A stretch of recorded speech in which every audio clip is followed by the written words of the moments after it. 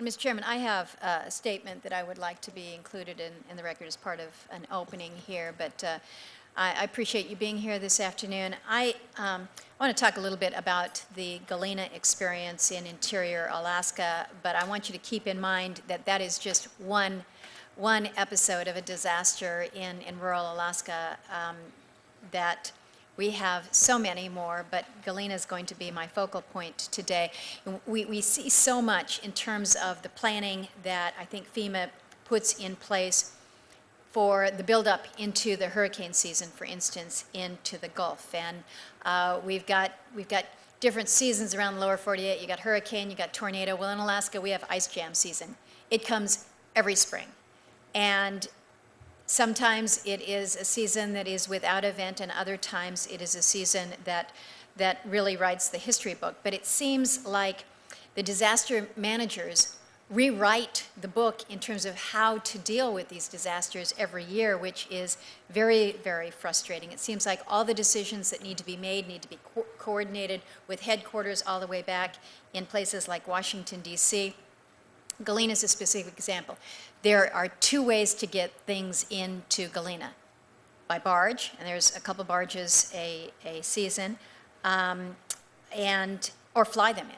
So, I mean, there's no rocket science here. There is no road to Home Depot. It is a very short time period.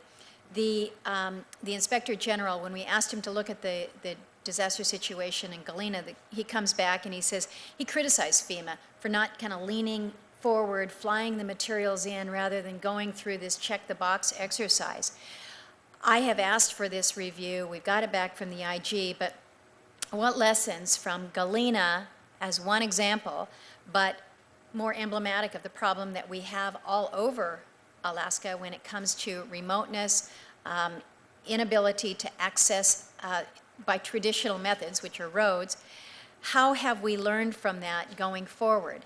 Now, we had an opportunity last week in the Appropriations Committee to visit with Administrator Fugate to address the IG's findings with respect to the deficiencies with tribal collaboration during that event. He suggested that we now have this new tribal consultation policies. I look at that and I say, well, okay, we have FEMA that views tribes as partners rather than grantees or perhaps sub-grantees.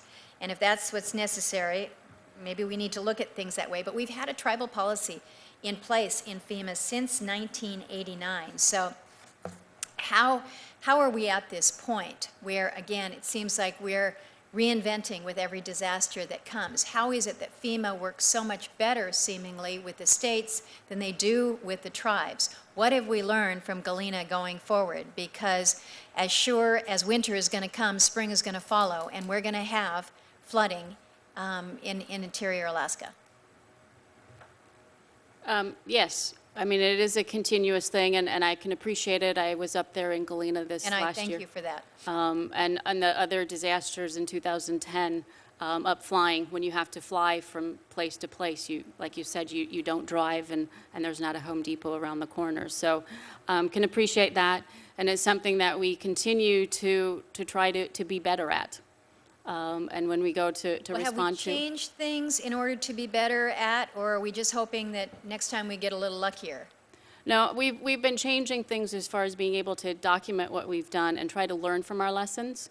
It is something that we haven't been the best at in the past, from really learning from our lessons, but really taking an honest look at ourselves after that disaster and what can we do better and put something in place in order to implement it so we're ready to go.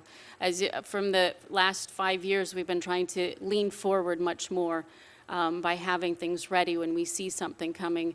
We know that earthquakes could happen at any moment, like they do in Alaska, some of those very large earthquakes that happen, and the tsunamis that can follow and can impact other people very quickly. So, one of the observations that we have seen, though, is that we are not using sufficient numbers of folks that are on the ground, the native people who live in the villages.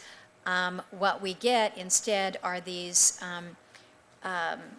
groups of well-meaning folks that are coming up from the outside, but I have always questioned whether or not we rely enough on those who are on the ground, who understand the conditions, who know that you can't do anything beyond September 15 because it's getting cold and freeze up is coming, as opposed to somebody here in Washington, D.C. that looks at the calendar and says, we still have 4 months left in the year. This is not a problem. So what are we doing to increase the number of Native people in the reservist cadres? Can FEMA be doing more in this regard? Because I think you need to have people on the ground that are giving you that practical advice rather than having this top-heavy approach. So as far as having people in the field trained in emergency management and being able to communicate back to us through our regional administrator who's on the ground or the folks in the Alaska area office, to be coordinating with them ahead of time is the best thing that you can do so that we're prepared and that we know how we're going to communicate in disasters. So as they're working with them to get us information. That's the focal point, is not back here in Washington, D.C., but that regional administrator, that regional office that we have. But that regional office is still thousands of Right. miles away.